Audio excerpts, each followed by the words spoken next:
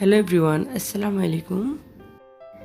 এই গরমে দিয়ে প্রাণ ঠান্ডা করার মতো একটা জুস দেখাবো, যেটা হচ্ছে ড্রাগন ফলের জুস।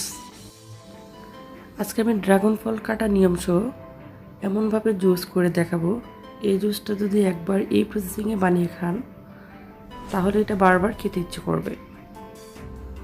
অনেক বাচ্চারাও ড্রাগন ফল খেতে চায় না, তো আপনারা চাইলেই এভাবে জুস করে দিতে পারেন, এতে করে ওরা খুব মজা করে এটা খেয়ে নেবে।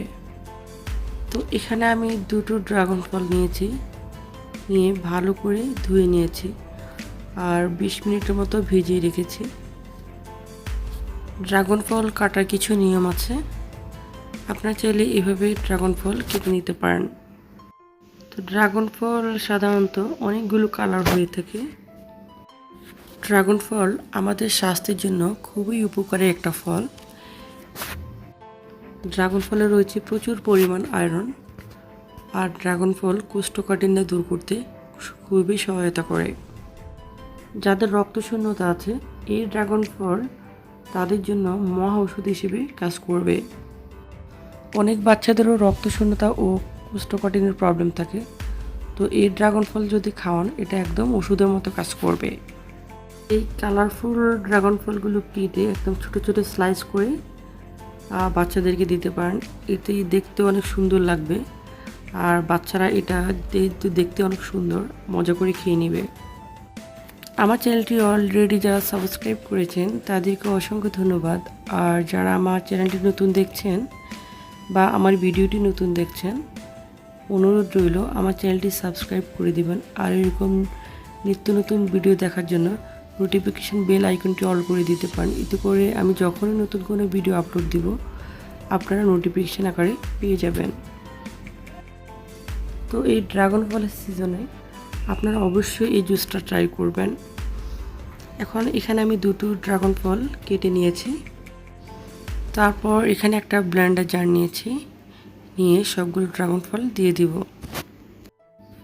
তারপর এখানে একটা মিডিয়াম সাইজের গ্লাসে 1 গ্লাস ফ্রিজে ঠান্ডা পানি নিয়েছি। আপনারা যদি বেশি ঠান্ডা খান তাহলে আইস কিউব ইউজ করতে পারেন। এখানে আমি লিকুইড দুধটা ভালো করে বয়েল করে নিয়েছি, ভালো করে বয়েল করে ঠান্ডা করে নিয়েছি। তারপর এখানে দিব চিনি, এখানে আমি 5 চামচ চিনি নিয়েছি। আপনারা মিষ্টি কতটুকু খাবেন ওই অনুযায়ী চিনি দিতে পারেন। তারপরে দিয়ে দিব গুঁড়া দুধ, ফুল ক্রিম গুঁড়া দুধ।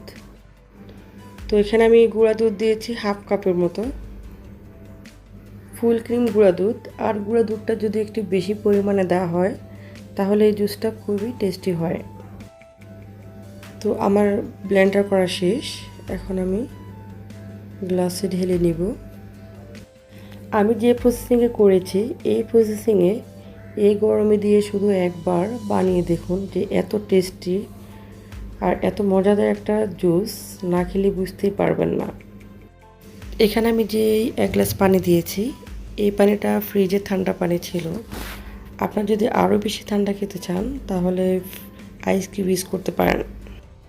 আজকের রেসিপিটি যদি ভালো লাগে অবশ্যই একটা লাইক দিবেন, আর শেয়ার করতে ভুলবেন না। শেয়ার করতে পারেন আপনার ফ্রেন্ডস অ্যান্ড ফ্যামিলির সাথে। যারা এই গরমে দিয়ে ড্রাগন ফলের জুস এখনও ট্রাই করেননি তারা একবার ট্রাই করে দেখতে পারেন। আমি যেভাবে করেছি এভাবে যদি ট্রাই করেন অবশ্যই ভালো লাগবে। আসসালামু আলাইকুম।